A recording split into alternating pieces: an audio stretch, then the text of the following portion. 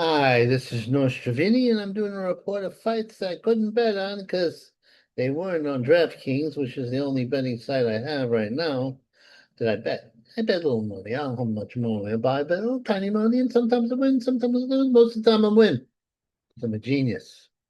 Anyway, this Demetrius Andrade, 32, 1 and 0 with 19 kills, and making a comeback here. Excuse me, language, my burp. After 3 years out of the ring, and he had lost to Demonsta Benitez in his last fight. Well, he's fighting the good boy, Douglas Atij, 25 and 1 with 11 kills. A guy with a big punch and a good boxing ability, but no chin. Well, it could be predicted what happened that the undefeated fighter, not undefeated, semi-undefeated fighter, came in and he knocked the guy out in 1 round, knocked him senseless, out. Now I had hedged my bets, not really hedged my bets because I didn't make a bet. That the guy he had the big punch, the Brazilian bruiser, might surprise Mr. Andreas, but he didn't. And I couldn't bet any money on it, so it was academic. Anyway, now the king, Kevin Walsh, 20-0 with 10 KOs, was fighting Danny Agornas Dennis Acunio Araras, 25 and 0 with 17 KOs. Well, that tells you something might happen here. What happened was this. It was a war for 1 round because Welsh, he's a good guy. He's a good fighter. He's a New England champion, a regional guy. He actually went to Britain, Dublin. He beat one of the top guys. But he's aggressive. He's a boxer puncher, but he's not world class. And his heart is there, and he almost got knocked out 1 round. He got badly staggered, but he came back in the same round and knocked out the other guy who doesn't take that good a punch. There was a war while it lasted. And now he's challenging Shushu Karakin. He's saying, Shushu, come on. Well, let me tell you something about Shushu. Shushu is a working, he'll beat him. It won't be easy because Welsh is a gutty guy. He's a gutty guy and he has a lot of heart. So he's not going to go easy into the night. He's going to take a beating because he's a good regional prospect there. But he's not a world beater. Although he beat that Irish guy. But the Irish guy was a very close fight. But the Irish guy was a little hesitant to open up because the Irish guy had been knocked out. And I forget the Irish guy's name. Well, am I supposed to remember all these foreigners' names? I can't. I have only a certain amount of brain matter there. Now let's see.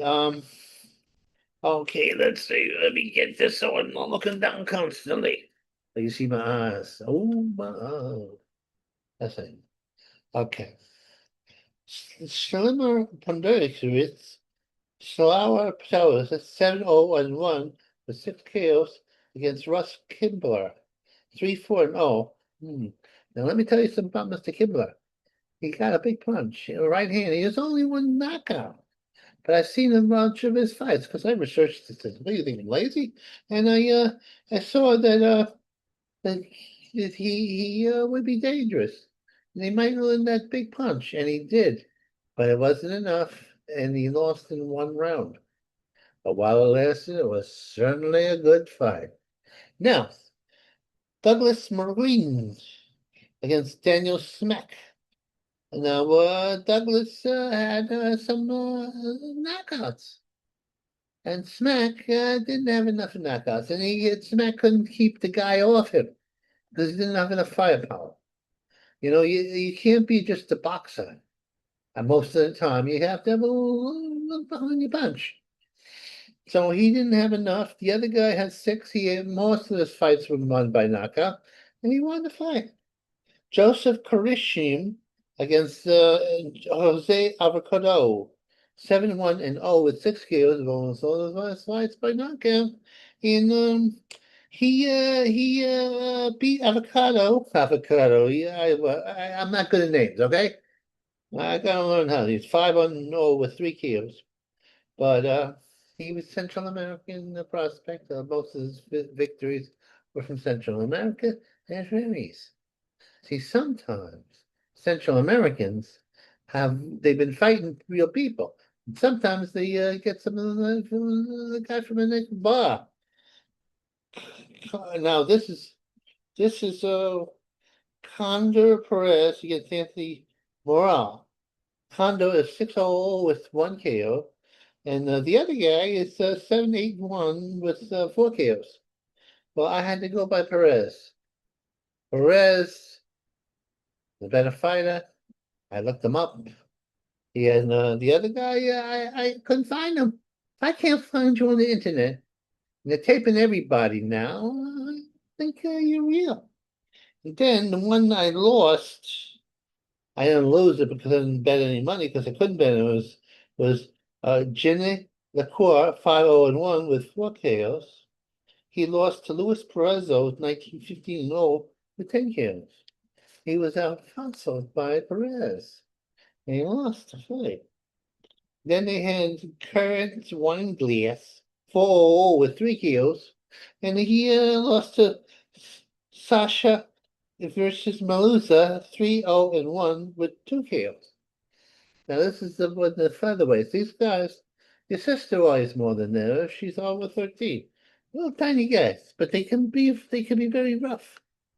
Okay, now this is the short but sweet.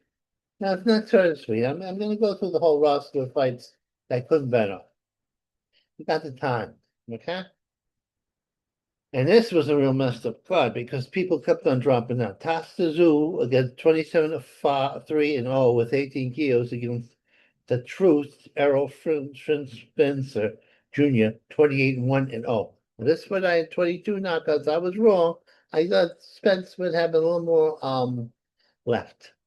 And I thought Costa was he had lost some, he had won some, he got devastating knockouts. Spence at his best and Costa at his best. It's a very good fight, but Spence a very good fighter. But he was shot. He couldn't take the punches anymore, and he lost. And that's what happened there. And now and he retired. He did the right thing. He had this one last hurrah, and now he's out of it. Now, Jermel Charlo, this guy he did something stupid at home, like beat up somebody. And he could fight Karen Medusa. Charo is 34-0 with 23 KOs, a big puncher. And but he's not fought frequently. He fought Karen Medusa 15-4-1 with 6 KOs. It'll be an interesting fight. Because Medusa is a good fighter. One of those tough little Australian guys. And he might have made the upset, but we'll never know, will we? And then Stephen Fulton, 23-2-0 with 8 KOs. He could have fought Liam Wilson. Now Wilson is 13-3-1 with 10 KOs. Now this would have been an American black guy, stylish, very good in a fight. This tough little Australian guy, blonde hair, looks with short hair, and but who's lost the top guys when he's moved up. Because he don't take that, but he doesn't take that with a punch. And he does a class too, but it's just not world class. But the black guy was world class. But the black guy didn't come in weight. He came in 8 pounds lower. Like, he didn't even try. And so he was canceled out. And then they have Callum Peters, 7-0 with 6 KOs against Ivan the Gringo in Festive Sense. Ivan Ektis, 13-0-1 with 9 KOs. Well, Ivan was lost to Callum. No, am I right? No, Callum Peter. Yeah, Callum Peter was nice to fight. I haven't got much sleep, so I can't remember the details of all these things. Then they had Ahmed Rata fighting Paul Showtime Flaming. 28 of Showtime is 128-1-0, 2 with 18 KOs. And he fought Ahmed Rada, 8 all with 6 KOs. Rada won. What can I say? He's a great amateur battler. Polio, Sweet Pea Polio Alcoso, 10-0 with 5 KOs against Don Warren Wing Dong Wang, 9-3-0, 6 KOs. Now, this is an interesting thing. Both are light heavyweights. One is from China, has no amateur record. But he's powerful. He looks good, but he's not that good. You know what I'm saying? The amateur records, they weed out the weak. Tina Rosina, against Sarah Ryan Denarton. Now, Tina, if I'm not mistaken, is Muslim, and she got the little headdress on. Very good. She's an Olympian and all that stuff, very aggressive. And, you have to be a special type of Muslim woman to do a boxer, because it's not easy, because it's not exactly promoted within that community for the most part. Now things change. But in terms of if you were in headdress, and she beat Shasa Ryan Deldrin 2-2-0. Okay, we can get out of here. I did my piece. Ay, okay, here we go. There